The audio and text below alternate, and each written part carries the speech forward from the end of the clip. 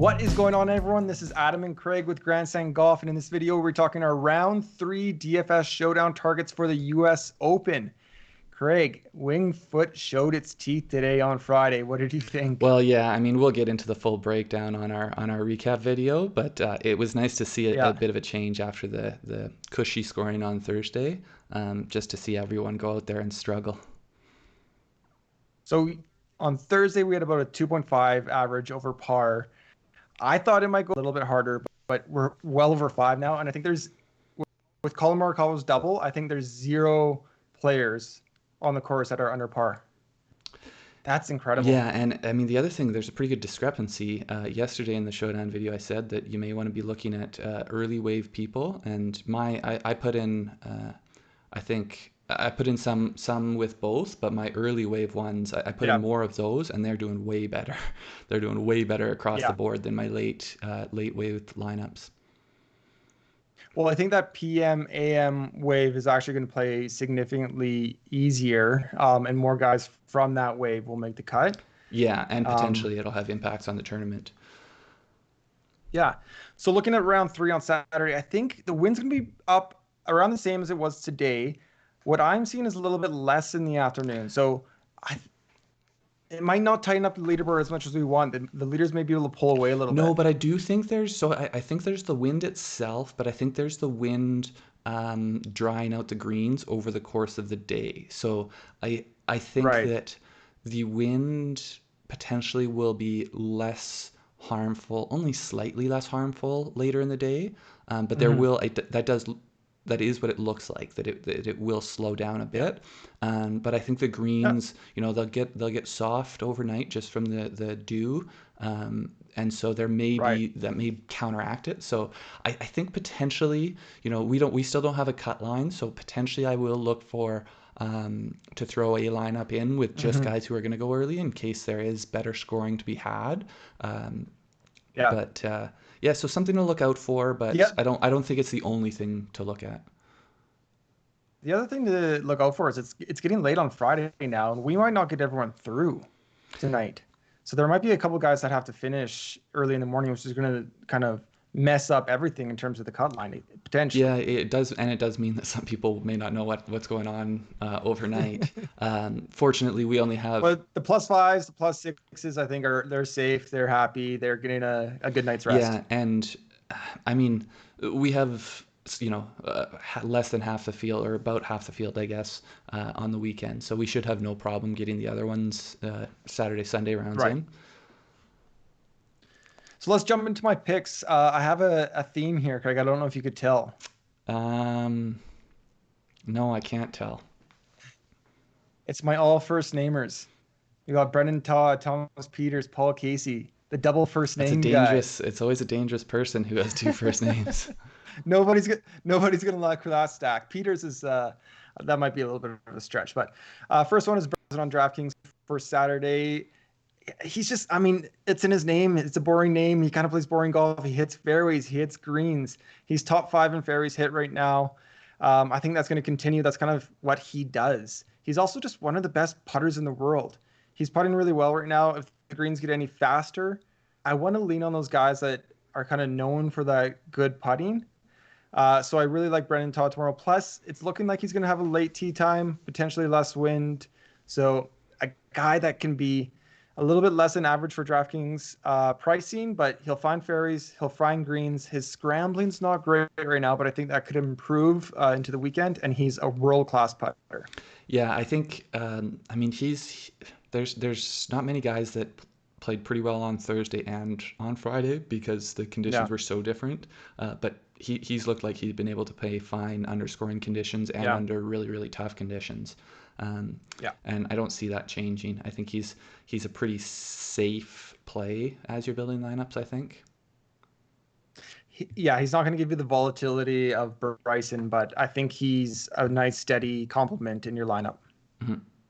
So next I have Thomas Pieters at 7,600. His price was bumped up a little bit because he had a great first round. He had a great start to his second round. And then he had kind of a little bit of collapse. He had 41 on the back coming in on Friday.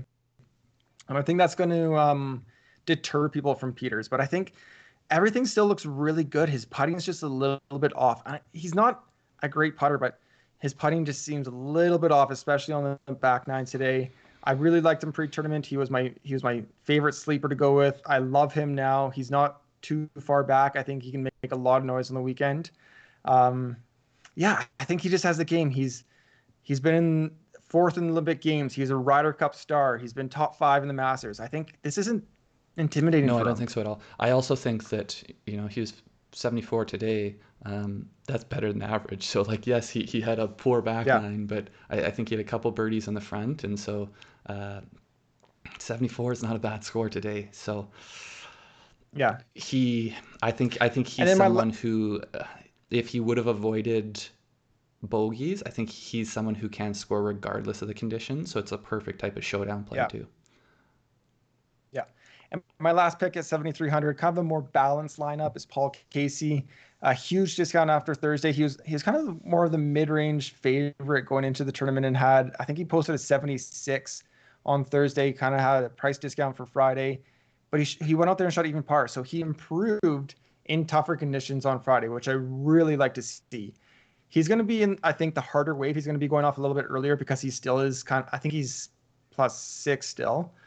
So he'll be going off a little bit earlier, potentially in some stronger winds, but he's still the classic kind of ball striker. If he does get a little bit hot on the greens, he can absolutely move up to mid pack or top third on this Yeah, leaderboard. I was pretty happy to see him make the cut. I've got him in a few of my week long, Yeah. my tournament long lineups, and so I had after the first round, I'd kind of started to think about some of those as missed cuts, and Yeah. I think it's also the reason that I picked him in the first place was I wasn't expecting a scoring day like that on Thursday, and he is one of these guys that I think is Right. better in harder conditions, and so Yeah. that's what we should be expecting in the weekend. Yeah. So who do you like going into Saturday, Okay, Craig? so my picks. If we're looking at themes, my theme for the most part is people who I like for their ball striking um, going into this tournament, and then they've also shown that they're hitting the ball well in the tournament. Yeah. So starting off, we've got Hideki. He's priced at 8,600. I think it's Hmm. cheaper than he has been all week, which I don't really get. I guess maybe Right. it's because the price came out before, around when he started his round today. So there was really no way Right. of knowing Yeah. which way it was going to go. But he was 71 in the first round. And we're recording this. He's played 13 holes on Friday. Hmm. He's +1, so he's about 5 strokes better than what the field average is in this afternoon wave. For sure. Um, Yeah. he's top ranked. He's in the top 5 right now for strokes gained T degree in the tournament. I don't Hmm. see that changing for Hideki. His scrambling, or sorry, his strokes gained around the green is off the charts. He as Hideki does. Like sometimes you worry when Hideki's scoring because like is he just getting hot putting and you can't count on it? He's still not putting well, so Yeah. he's scoring well while Yeah. he's not putting well. If he does have a decent day putting, then he will score very well. And he's I don't know. sorry, go ahead. Yeah, I was gonna say I don't know if I have statistical, but he's one of those guys that like as the greens get faster, I kind of think his putting can kind of get more to the norm or even be positive. It can kind of hide his putting missteps Well, a I little think bit. sometimes when greens get faster, it actually hurts the better putters a bit.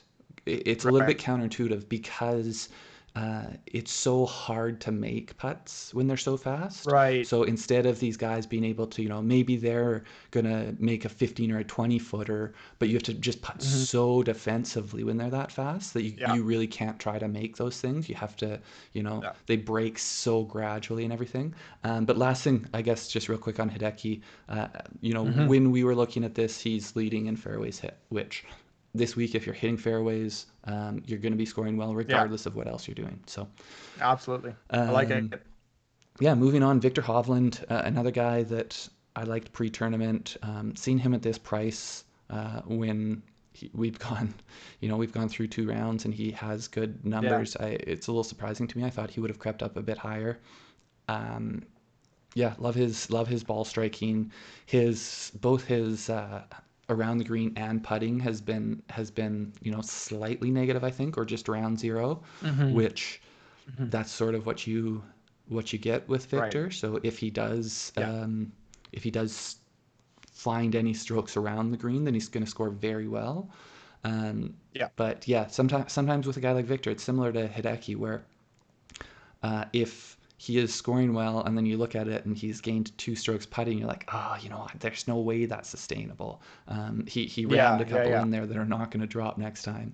Um, Yeah. and so I have Viktor in a few of my showdowns today, and so it was a little frustrating for me because he was leaving strokes on the course. Like I'm happy with Right. his Yeah. 71, but they're ones there, and I think they're ones that'll cash, but they just it just keeps them from being that much higher. So a few of those drop Yeah. tomorrow. I think he could have a very very good score for finishing higher in those big tournaments.